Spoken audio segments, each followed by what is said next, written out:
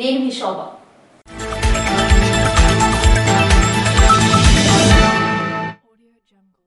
నర్సనపేటలో HP gas agency వద్ద భారీ అగ్ని ప్రమాదం. నర్సనపేట మండల కేంద్రంలోని స్థానిక హెచ్పీ గ్యాస్ గోడౌన్ వద్ద స్క్రాప్ గోడౌన్ సోమవారం అగ్నికి ఆహుతైంది.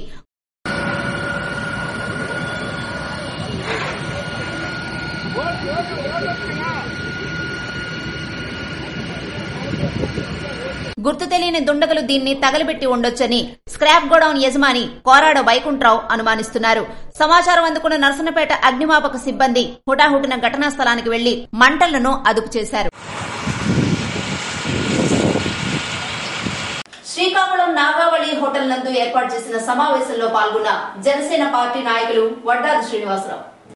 శ్రీకాకుళంలోని నాగావళి హోటల్ నందు శ్రీకాకుళం జిల్లా నూతన కమిటీ ఇదివరకే ఏర్పాటు చేసిన సందర్భంలో సోమవారం ప్రమాణ స్వీకారం మరియు జిల్లా అధ్యక్షుల ఆధ్వర్యంలో పార్టీ దిశానిర్దేశం చేసిన కార్యక్రమంలో జనసేన పార్టీ కార్యదర్శి Uttarandhra election committee member Vaddadi Srinivasarao పాల్గొన్నారు. అదేవిధంగా శ్రీకాకుళంలోని ఓ ప్రైవేటు హోటల్ నందు కర్నూలు జిల్లా తెలుగుదేశం పార్టీ అధ్యక్షులు పెద్దలు Arya Vysya state corporation member Somasetti వెంకటేశ్వర్లని వడ్డాది శ్రీనివాసరావు మర్యాదపూర్వకంగా కలుసుకున్నారు. రణస్థలం మండలం పైడిభీమవరం గ్రామానికి చెందిన ఉప్పు ఈశ్వరరావుకి ప్రమాదవశాత్తు గాయాల పాలైనందున కొండమలగాం హాస్పిటల్లో జనసేన నాయకులు శ్రీకాకుళం జిల్లా జనసేన పార్టీ కార్యదర్శి వడ్డాది శ్రీనివాసరావు కలుసుకుని వారిని పరామర్శించారు. కార్యక్రమంలో పార్టీ యువ నాయకులు లక్ష్మణరావు తదితరులు పాల్గొన్నారు.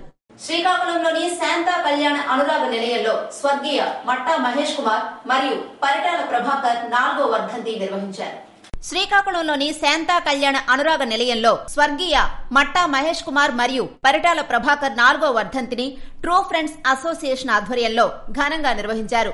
శ్రీకూర్మం దేవస్థానం సభ్యులు పొన్నాడ ఋషి ఈశ్వరరావు, దక్షిణ భారత హిందూ ప్రచార సభ కార్యదర్శి senior physiotherapist doctor Srinivasa Patnaik, retired tahsildar Bukkuru Umamaheswara Rao మాట్లాడుతూ మనిషి బ్రతికున్నప్పుడు మాత్రమే కాకుండా వారు కాలం చెల్లిన తర్వాత కూడా స్నేహితుల జ్ఞాపకాలని గుర్తు చేసుకున్నారు. కార్యక్రమంలో పలమర్తి సునీల్ కుమార్, గర్బాపు ప్రభాకర్, అల్లాడ చంద్రబాబు, రాకోటి మధు తదితరులు కార్యక్రమంలో పాల్గొని చిన్నారులకు, వృద్ధులకు పళ్లు, రొట్టెలు, బిస్కెట్స్, శీతల పానీయాలు వితరణ చేశారు. రైతుకు అవసరమైన నాణ్యమైన విత్తనాలు 90% రాయితీతో తక్షణమే అందించాలని ఆంధ్రప్రదేశ్ రైతు సంఘం విజ్ఞప్తి చేశారు. ఆంధ్రప్రదేశ్ రైతు సంఘం రాష్ట్ర సమితి పిలుపు మేరకు జిల్లా స్థానిక పాలకొండ మండల తహసీల్దార్ కి ఆంధ్రప్రదేశ్ రైతు సంఘం జిల్లా అధ్యక్షులు గురువిల్లి అప్పలనాయుడు, కిమిడి రామ్మూర్తినాయుడు, ఆంధ్రప్రదేశ్ కౌలు రైతుల సంఘం జగన్నాథం తదితరులు విజ్ఞాపన పత్రాన్ని అందించారు. భౌగోళిక పరిస్థితిని బట్టి ప్రకృతి వైపరీత్యాలను తట్టుకుని అధిక దిగుబడులు ఇచ్చే సంపద, అమూల్య, అజయ్ వంటి వరి విత్తనాలు 90% రాయితీతో రైతులకు ఇవ్వాలని మరియు వ్యవసాయ సాగుకు కావలసిన పనిముట్లు, నీటి ఇంజన్లు, పైపులు, స్ప్రింకర్లు, కార్పాన్లతో పాటు ఆధునీకరణ యంత్రాలను 90% రాయితీతో రైతులకు ఇవ్వాలని ప్రభుత్వానికి విజ్ఞప్తి చేశారు. సాగునీటికి ప్రధాన వనరులైన కాలువల్లో పూడికలను తీసి పంట సాగు నీటికి ఆటంకం లేకుండా చూడాలని తమ ద్వారా ప్రభుత్వానికి తెలియజేసుకుంటున్నామని తెలిపారు.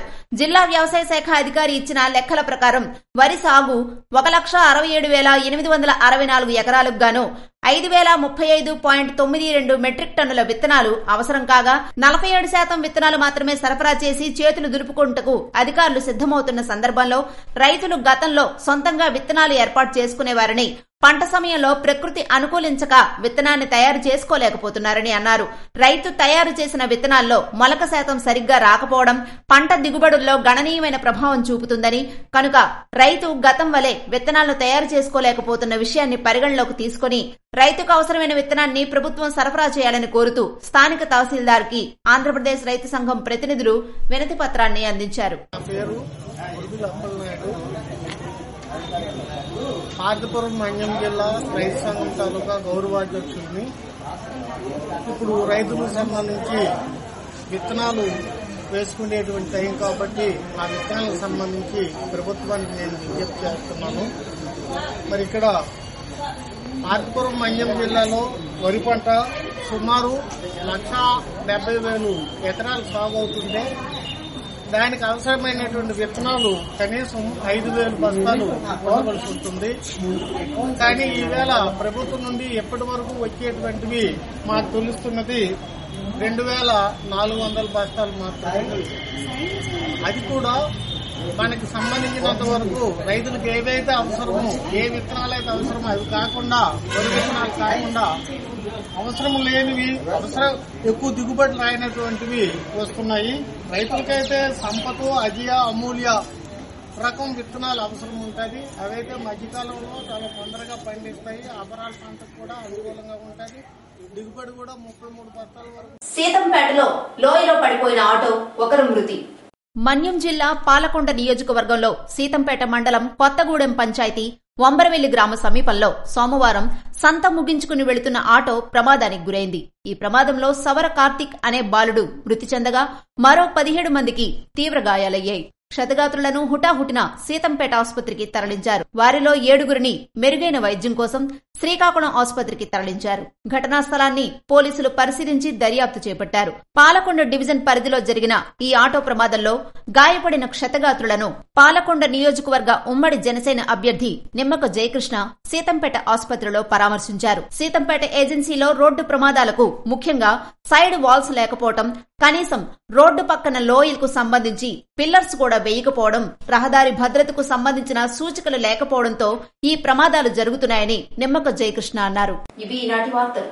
మరిన్ని వార్తలతో మళ్లీ కలుద్దాం. చూస్తూనే ఉండండి SS న్యూస్.